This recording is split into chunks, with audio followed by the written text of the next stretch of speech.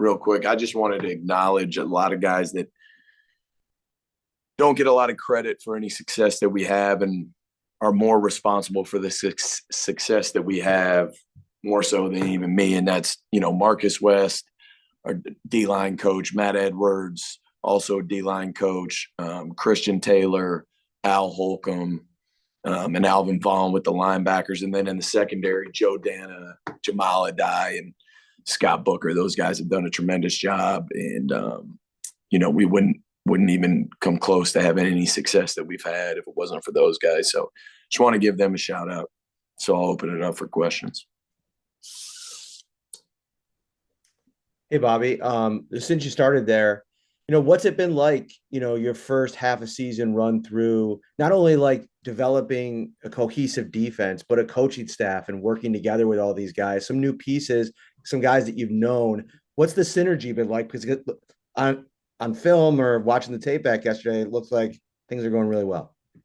Yeah, that's what you guys see on game day when things are going well. No, but it's like anything. It's like in any relationship. There's growing pains. There's obviously great moments that we have together. There's nothing better. I always, talk to our defense and show our defense pictures of our guys celebrating in the locker room, because honestly, there's no feeling better, because Monday through Saturday can really be a grind, really, really be a grind. And we could have some grumpy people, not only coaches, but players, and it's all worth it when you get that feeling of exhilaration, in the locker room. It's incredible. But we had, like I always talk about, Brandon and Sean do a great job assembling, our team with guys that fit our culture and good guys.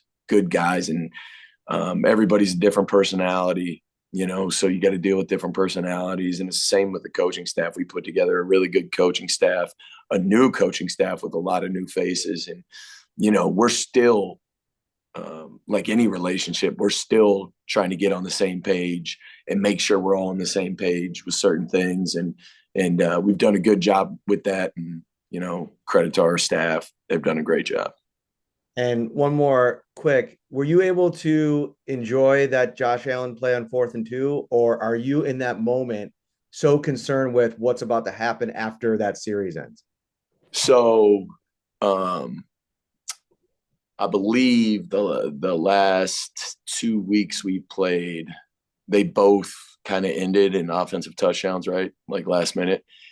And I've been, it's been pointed out to me that I'm constantly yelling for everybody to shut up because I got to get ready for the next, series of plays that are coming. No, I don't get to enjoy it because I got to get ready for what's next. I'm trying to play all the scenarios in my head, field goal. Hey, in this case, we don't get it. Here's the situation. How many timeouts? So while everybody's going crazy, I'm very focused on what we're doing next. I wish I could enjoy it. Thank you. Appreciate it. You got it. There we go. Good afternoon, Coach George Radney, Challenger Community News. How are you, George? Good. And yourself? Oh, I'm good. Good. I was wondering, what was the key to stopping Hunt? Hunt looked like this week you didn't allow the opposing running back, to really get going. You had a few decent runs, but you guys seemed to really. What was the key to stop slowing him down? Yeah, it always comes back to obviously schematically. We want to be schematically sound, but George, the biggest thing is our fundamentals, and I talk about it every week. But there's a lot of things that we can improve on. In the run game, fundamentally, we're not where we want to be. And we're going to continue to hammer those home. And, obviously our operation and execution has to also improve. It's loud in that stadium, and we have to continue to stress our guys out with that operation and communication and making sure everybody's on the same page. And last but not least, you seem that KC always likes to use their tight ends effectively. What was the difference with the stopping Noah Gray? Seemed like in the second half, especially in the key drives in the late second half. What was the key to that? I think it's just, and I think our guys talked about it. It's the awareness of, what they're trying to do, how they're trying to attack us, and there's no perfect call. I mean, both teams are playing with 11 people, so you can't double everybody to stop the run. You can't, So I think it's just an awareness of what they're trying to do to us offensively and understanding where the pieces are throughout the formation. All right, Coach. Thank you for your time. Good luck next week. You got it. Thanks, George. Coach Babich, Mookie Hawkins, Waffle Sports 1080. Great win yesterday. Thanks, Mookie. Appreciate it, man. SFP, smart, fast, and physical. Just care to talk about how your team was able to do that, smart, fast, and physical out there. Yeah, I mean, we talk about it every day, Mookie, and the guys buy into it. I think the other day I actually saw mic'd up where TV was breaking down the linebackers with that. And when it comes down to it, I mean, it encompasses a lot of things. And, I think if you can do that, if you can check those 3 boxes to start with, you're going to give yourself a chance to win a football game. And the guys have bought into it. They believe in it. And that's the most important thing, because you can put whatever letters you want on anything. If the guys aren't buying into it, then it doesn't matter. It's just letters. Absolutely, Coach. And just care to talk about how you were able to do something that no one was able to do really all year. It was really cut down Kansas City's chunk plays. I think they probably had like 1 chunk play the entire game. So, just care to talk about how you were able to do that. Yeah, I mean, I think it's more just the philosophical way of how we play defense. I think over the years, I would guess since we've been here, we've probably given up the least explosive plays defensively. And it's really just, the way we operate, the way we execute, understanding where the strengths and weaknesses are of each defense. And 15 is hard to stop. 87 is hard to stop. That offense is hard to stop, and I think if you just kind of understand how they try to attack you and, like I said, what the strengths and weaknesses of each defense are, as long as we keep the ball in front of us and tackle the guy that catches it, we have a chance to play again. Absolutely, Coach. You held Kelsey to 2 catches, 8 yards, and that was duly to the good blend of rushing coverage. Care to talk about how that blended well yesterday? Look, in the pass game, if rushing coverage aren't working together, it doesn't matter. So, we had a big emphasis of, winning the line of scrimmage, affecting the quarterback, making sure we were good on our what we call our MQFs and our plaster and all those type of things. So, they complemented each other well. There was even a lot of non-statistical things that the defensive line did that was really, really were a major factor in the outcome of the game. And a credit to those guys and Marcus and Matt for getting them going and having that mindset that they needed to affect the game. Okay, Coach, I want you to have a SFR bye week. All right, a smart, fast, and relaxing bye week. You deserved it. Thanks, Mookie. I appreciate it, man. I'll try to do that.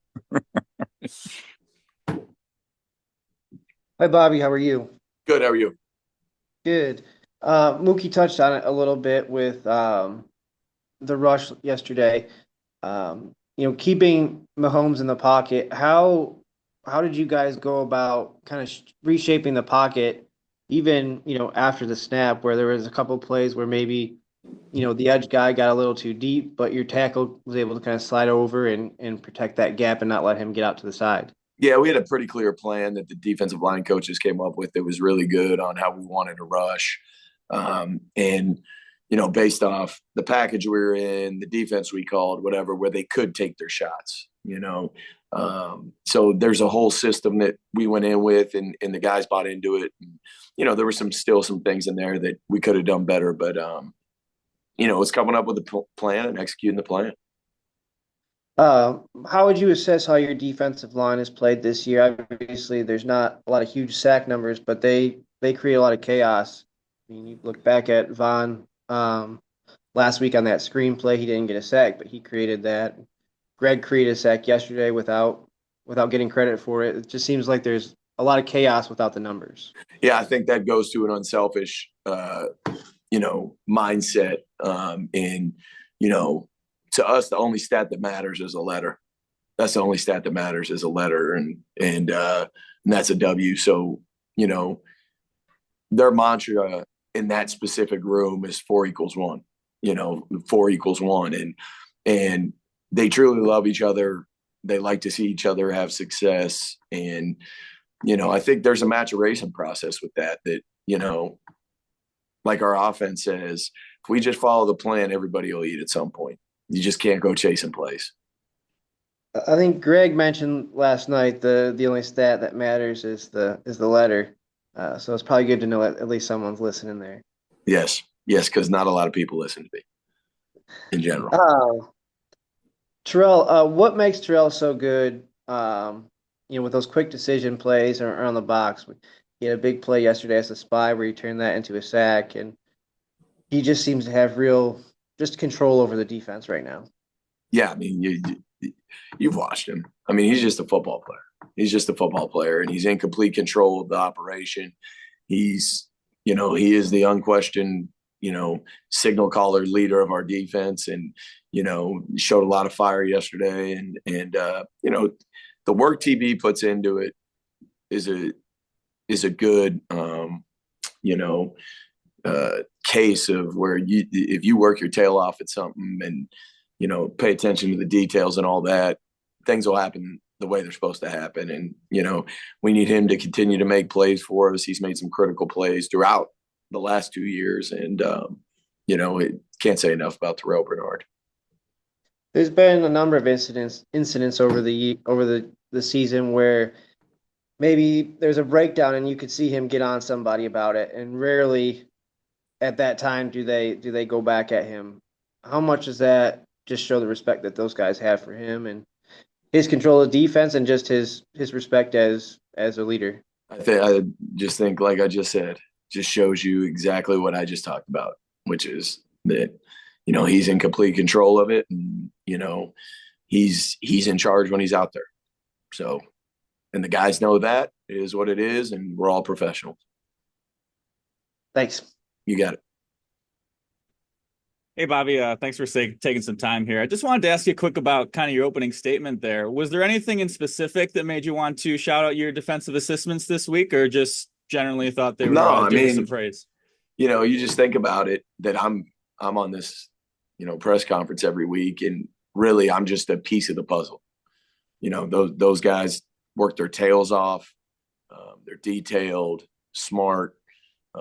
And I just felt like it was, my job to make sure that I acknowledge the work that they're doing, and that you guys understand the work that goes on, or, the general public understands the work that goes on behind the scenes. And, one never asked me to do that. They wouldn't do that, but they deserve it. They deserve a shout out. And that's the least I could do. All right, great. Thanks for your time. Enjoy the bye week. You got it.